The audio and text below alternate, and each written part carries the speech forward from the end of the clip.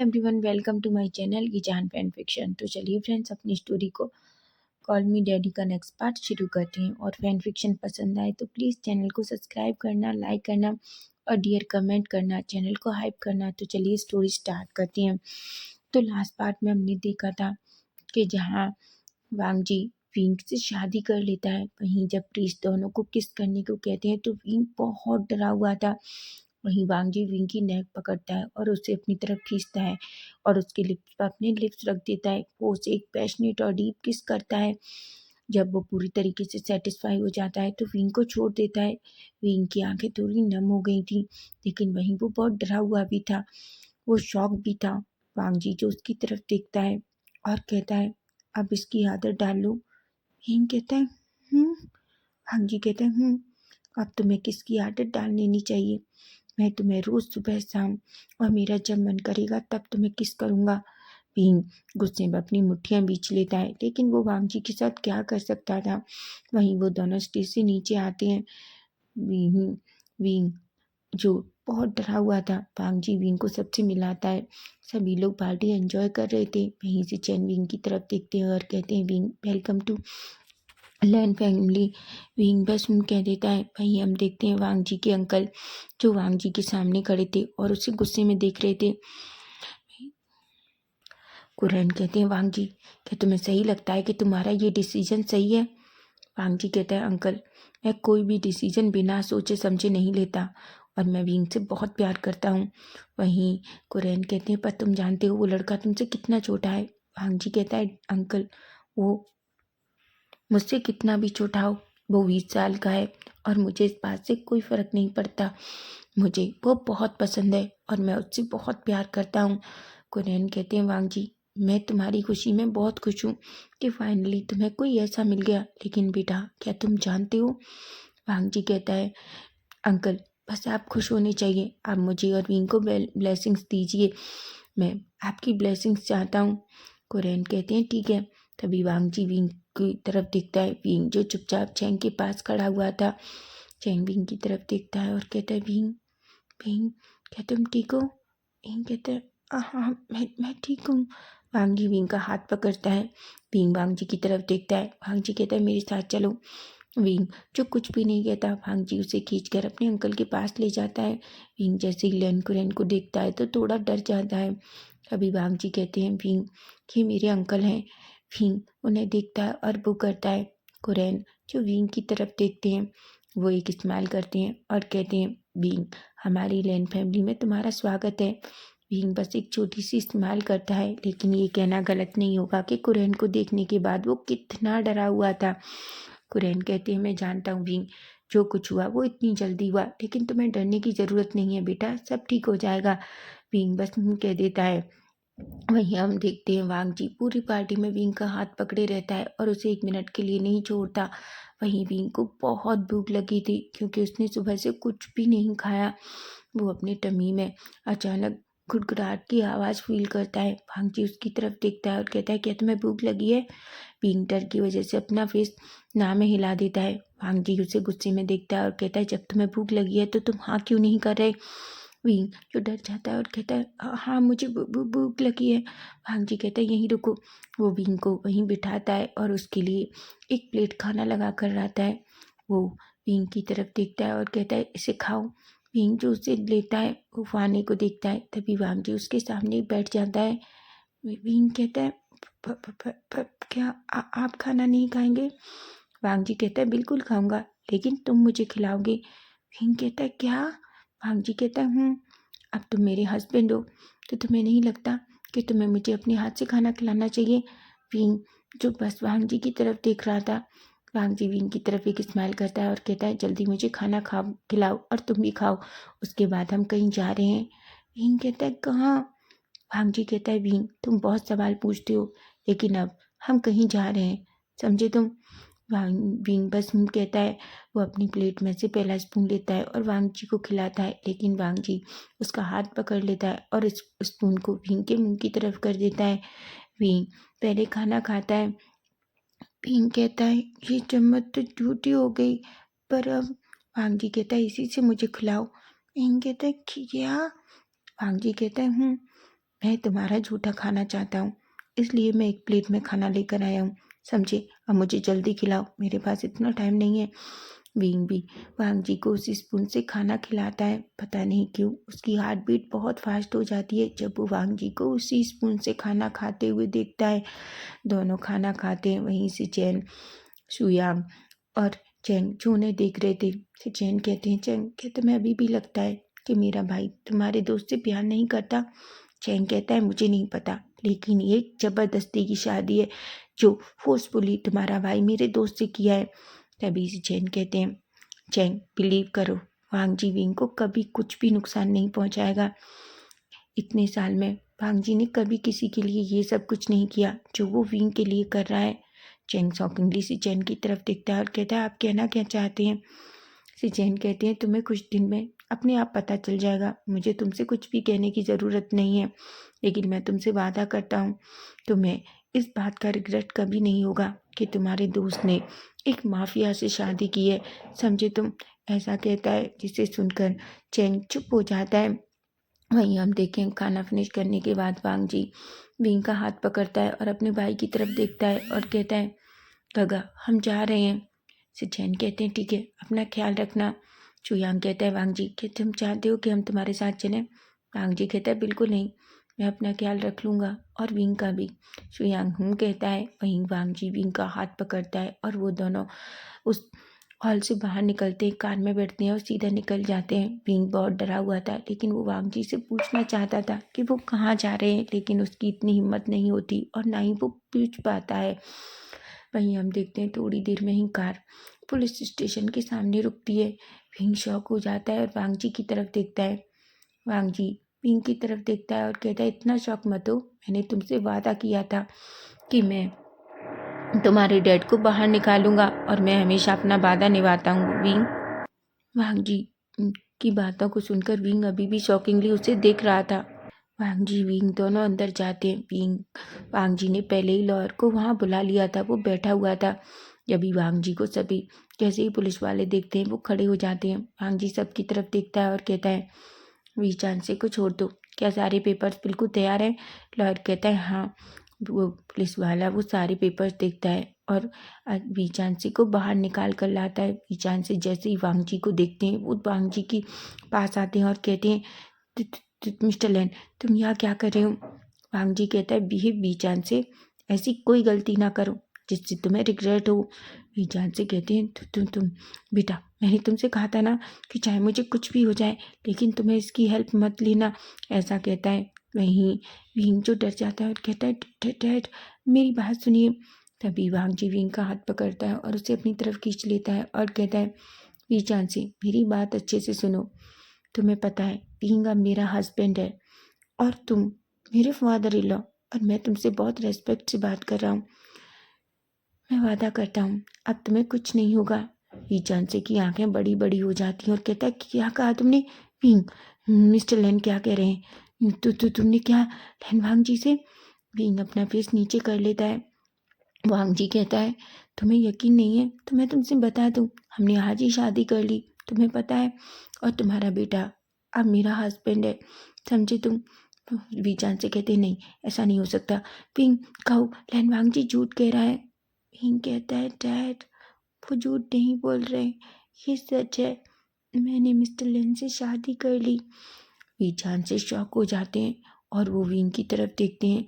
वो विंग पर गुस्सा होते हैं और विंग को एक थप्पड़ लगाने ही वाले थे कि तभी वांग जी वीचांसी का हाथ पकड़ लेता है और कहता है, हिम्मत भी मत करना उसे टच करने की, समझे तुम? वीचांसी कहते हैं, मैं जानता था, हमेशा से तुम्हारी नज़र मेरे बेटे पर थी। विलेन वांग जी, मैं तुम्हें कभी माफ़ नहीं करूँगा। विंग कहता है, डैड हब तभी वीचान से गुस्सा होते हैं और कहते हैं, मुझे अपने मुंह से डैड मत कहो, मैं तुम्हारा डैड नहीं हूँ, समझे तुम? वांग जी कहता है, ज़रूरत भी नहीं है, तुम उसके डैड नहीं, वैसे भी नहीं हो। वीचान से की आंखें बड़ी हो जाती हैं और कहते हैं, क्या? वांग जी कहता है, तुम उसके पिता हो, समझे तुम? विंग जो शॉकिंगली वांग जी की तरफ देखता है और अपने मन में कहता है, क्या ये इंसान ये कह रहा है कि शादी के बाद वो मुझे अडॉप्ट करेगा? तभी वो ऐसा कैसे कर सकता है, उसने मुझसे शादी की है और अब कह रहा है कि वो। तभी वांग जी कहता है तुम्हें ज़्यादा समझने की ज़रूरत नहीं है। तभी वो विंग की तरफ देखता है और कहता है विंग मुझे तुम्हारे डैड से कुछ बात करनी है, तुम कार में जाओ। विंग कहता है पर वो उसके डैड गुस्से में थे। वो कहते हैं मुझे तुमसे कोई बात नहीं करनी और मुझे ये बेल भी मंजूर नहीं है। मैं सारी ज़िंदगी जेल में रहना पसंद करूँगा पर तुम्हारा कोई एहसान नहीं लूँगा। तभी वांग जी कहता है क्या सच में? तुम्हारे बेटे ने इतनी कुर्बानी दी है तुम्हारे लिए, तुम्हें बचाने के लिए उसने मुझसे शादी की। विचार से कहते हैं क्या? वांग जी कहता है तुम्हारे लिए तुम्हारे बेटे ने मुझसे शादी की। अब तुम कह रहे हो कि तुम्हें ये बेल नहीं चाहिए। देखो तुम्हें चाहिए या नहीं चाहिए तुम डिसाइड कर लो बीचान से, लेकिन विंग तो सिर्फ मेरा है, ऐसा कहता है। वहीं वांग जी विंग को गुस्से में देखता है और कहता है विंग मैंने कहा ना कार में जाकर बैठ जाओ। विंग डर जाता है और चुपचाप वहाँ से चला जाता है। बीचान से विंग को भीगी हुई आंखों से देखते हैं और अपने मन में कहते हैं बच्चा तुमने ये क्या किया। तभी बीचान से कहते हैं वांग जी तुमने मेरे बेटे को ये सब करने पर मजबूर किया, मैं तुम्हें कभी माफ़ नहीं करूँगा। वांग जी कहता है बीचान से मेरी बात अच्छे से सुनो, तुम्हारी कंपनी, तुम्हारा घर, मैं सब कुछ तुम्हें वापस लौटवाऊंगा, लेकिन फ़िलहाल के लिए तुम यहाँ से कुछ दिनों के लिए बहुत दूर जा रहे हो ताकि तुम सेफ रह सको। बीचान से कहते हैं कि क्या? वांग जी कहता है बाकी सब तुम्हें मेरा लॉयर समझा देगा। बीचान से कहते हैं बिल्कुल नहीं, मैं अपने बेटे को तुम्हारे पास छोड़कर कहीं नहीं जाऊँगा। वांग जी कहता है पागल मत बनो बीचान से, ये तुम्हारे लिए है। मैंने विंग से वादा किया है कि चाहे कुछ भी हो जाए मैं तुम्हें प्रोटेक्ट करूँगा और विंग के लिए करने को मैं कुछ भी तैयार हूँ, समझे तुम। बीचान से कहते हैं तुम पागल हो। वांग जी कहता है हाँ तुम्हारे बेटे के प्यार में मैं पागल हूँ, ऐसा कहता है। तभी बीचान से कहते हैं मैं अपने बेटे को छोड़कर कहीं नहीं जाऊँगा। वांग जी कहता है जाना तो तुम्हें पड़ेगा, तुम खुशी से जाओ या मुझे ज़बरदस्ती करना पड़े। मैं नहीं चाहता तुम विंग के आसपास रहो और विंग मुझसे दूर जाने की कोशिश करे, समझे तुम। इसलिए तुम्हारे लिए यही अच्छा होगा कि तुम ये शहर छोड़कर हमेशा के लिए चले जाओ। बीजान से पूरी तरीके से डर जाते हैं। तभी वांग जी कहता है तुम शहर ही नहीं बल्कि चाइना छोड़कर जा रहे हो, मैंने तुम्हारा सब कुछ अरेंजमेंट कर दिया है। बीजान से कहते हैं वांग जी प्लीज़ ऐसा मत करो, मुझे मेरे बेटे के पास रहने दो। वांग जी कहता है बिल्कुल नहीं, मैं तुम्हें अपने विंग के पास नहीं रहने दूंगा, तुम्हारी वजह से ही विंग इतनी प्रॉब्लम है, क्या तुम्हें पता भी है। वीचांसे की आंखें बड़ी बड़ी हो जाती हैं। वहीं वांग जी वीचांसे के करीब जाता है और कुछ ऐसी बातें कहता है जिन्हें सुनकर वीचांसे शॉक हो जाते हैं। उन्हें तो यकीन ही नहीं हो रहा था कि कुछ ऐसा भी हुआ है। वो अपनी आंखें बड़ी बड़ी कर लेते हैं। वांग जी कहता है मैं वा मैं वादा करता हूँ वीचान से, मैं कभी भी विंग को कुछ नहीं होने दूंगा। वीचान से अपने नीज पर बैठते हैं और कहते हैं वांग जी मेरा बेटा बहुत इनोसेंट है, वो कुछ भी नहीं जानता, प्लीज़ मेरे बच्चे को हमेशा प्रोटेक्ट करना। मैं वादा करता हूँ तुम जो कहोगे मैं करूँगा, लेकिन प्लीज़ मेरे बच्चे को कुछ मत होने देना।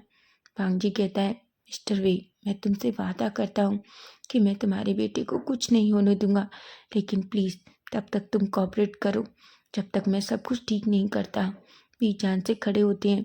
लॉयर बीचानसे को अपने साथ वहाँ से ले जाता है। वहीं वांग जी जो कार में जाता है वो देखता है विंग जो चुपचाप बैठा हुआ था, उसकी आंखों से आंसू आ रहे थे।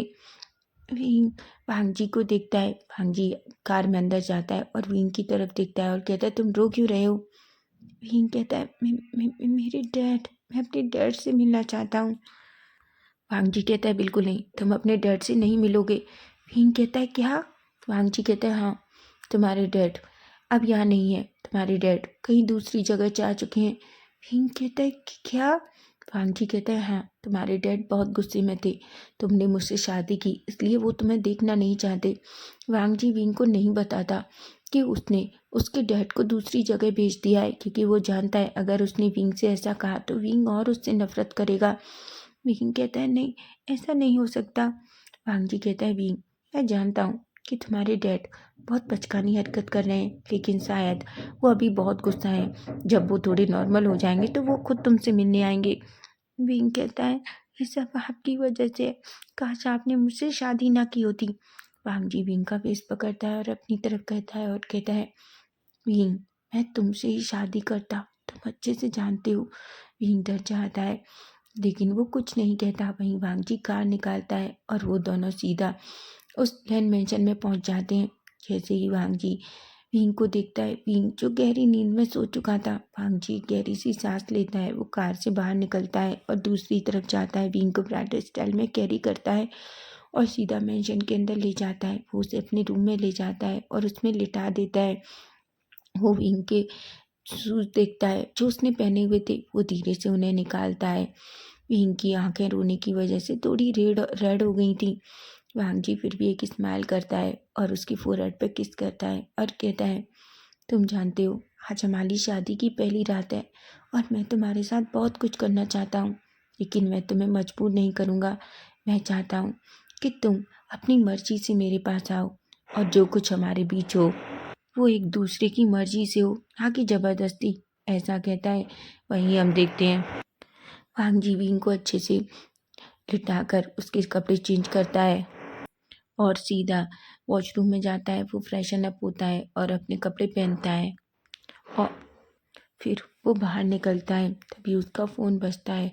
वो हेलो कहता है। वो कहता है ठीक है मैं अभी वहाँ पहुँचता हूँ। ऐसा कहकर वो बाहर आता है और सीधा अपने स्टडी रूम में जाता है जहाँ से चैन और शुयांग पहले से ही उसका वेट कर रहे थे।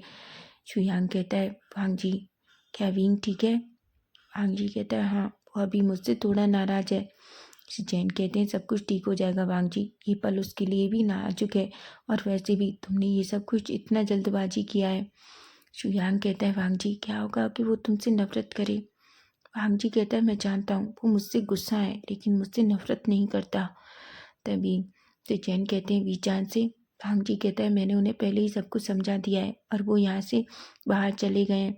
शुयांग अब हमें सब कुछ पता करना है आखिर इन सब के पीछे कौन है और वो वीचान से और विंग को हार्म क्यों करना चाहता है। और सबसे बड़ी बात इन सबसे मेरा क्या लेना देना है। वो हमेशा उन दोनों को हर्ट करके मुझे क्यों हर्ट करना चाहता है। और वो इंसान ये भी जानता है कि मैं विंग से प्यार करता हूँ, इसलिए वो विंग को हर्ट करने की कोशिश करेगा।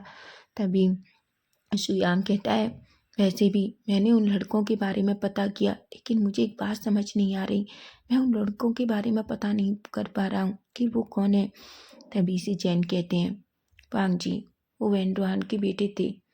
वांग जी की आंखें बड़ी हो जाती हैं और कहता है क्या कहा गगा आपने?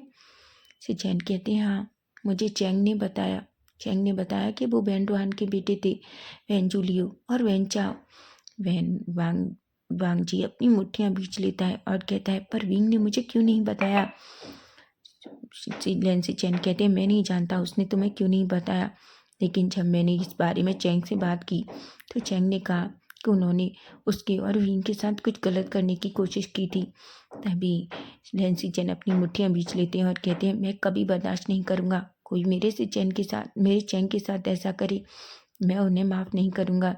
शुयांग कहता है पर मुझे एक खबर और मिली है। वांग जी कहता है वो क्या? शुयांग कहता है तुम्हें पता है वो ये शहर छोड़कर भाग चुके हैं, शहर ही नहीं बल्कि देश, पर वो कहाँ है मुझे ये नहीं पता। वांग जी कहता है वैन से एक बार और मिलना पड़ेगा।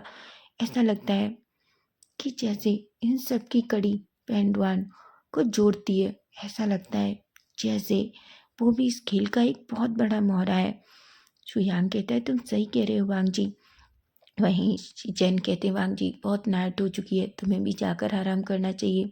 वांग जी कहता है ठीक है गगा आप दोनों भी आराम कीजिए। जिसके बाद वो सब अपने अपने रूम में जाते हैं। वांग जी विंग के पास जाता है और विंग के पास लेट जाता है। वो विंग के चेहरे को देखता है, उसके फेस पर आने वाले बालों को धीरे से हटाता है। वो विंग को खींचकर अपनी चेस्ट पर सुला लेता है। वहीं विंग जो गहरी नींद में था वो वांग जी को उसकी कमर से पकड़ता है और टाइटली उसके बिल्कुल ऊपर आ जाता है। तभी वांग जी कहता है विंग तुम्हें मुझे क्यों नहीं बताया कि वो बेन के बेटे हैं? लेकिन मैं वादा करता हूँ मैं उन्हें नहीं छोड़ूंगा। अब किसी को भी तुम्हें हार्म करने की परमिशन नहीं दूंगा।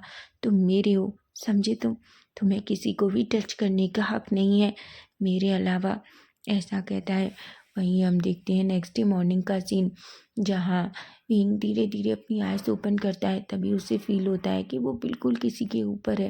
तभी वो जैसे ही अपनी आइज ओपन करता है उसकी आंखें बड़ी बड़ी हो जाती हैं क्योंकि वो बिल्कुल वांग जी के ऊपर सो रहा था। वांग जी उसे देखता है और एक स्माइल करता है और कहता है गुड मॉर्निंग।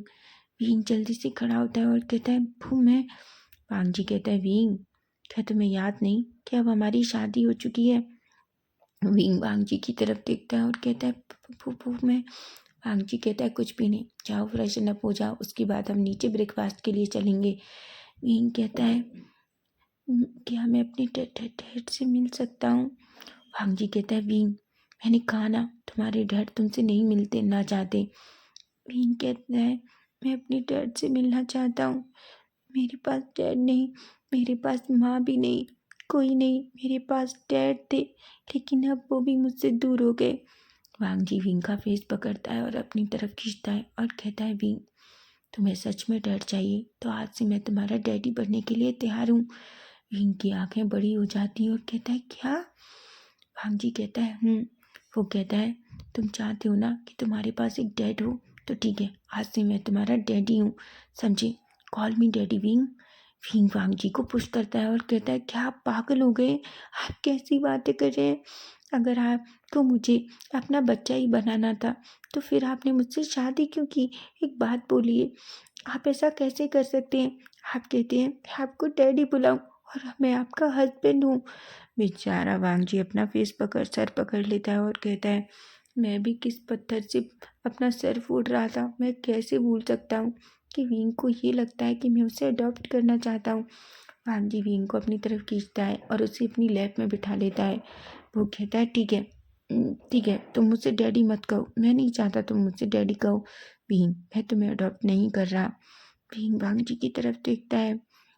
वांग जी कहता है विंग क्या तुम मुझ पर थोड़ा सा भी ट्रस्ट करते हो? विंग वांग जी की तरफ देखता है।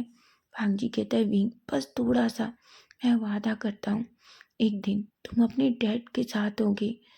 विंग कहता है क्या?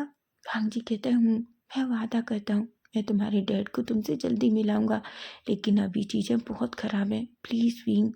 और हाँ एक बात बता दूँ, आज के बाद तुम बिना बॉडीगार्ड्स के बाहर नहीं निकलोगे। विंग कहता है बॉडीगार्ड पर क्यों? वांग जी कहता है विंग क्योंकि मैं चाहता हूँ कि तुम बिना बॉडीगार्ड्स के बाहर ना निकलो। विंग थोड़ा शॉक था। नहीं वांग जी विंग की तरफ देखता और कहता है विंग तुमने मुझे क्यों नहीं बताया कि जिन लोगों ने क्लब में तुम्हारे साथ बदतमीजी की थी वो वैन चाओ के बेटे थे। विंग शॉक हो जाता है और कहता है आपको कैसे पता? वांग जी कहता है बात ये नहीं है कि मुझे कैसे पता है, बात ये है कि तुमने मुझे क्यों नहीं बताया। विंग कहता है क्योंकि मैं वो वांग जी कहता है विंग मैं नहीं चाहता कि तुम मुझसे कुछ भी छुपाओ, तुम जानते हो ना। विंग कहता है वो मैं।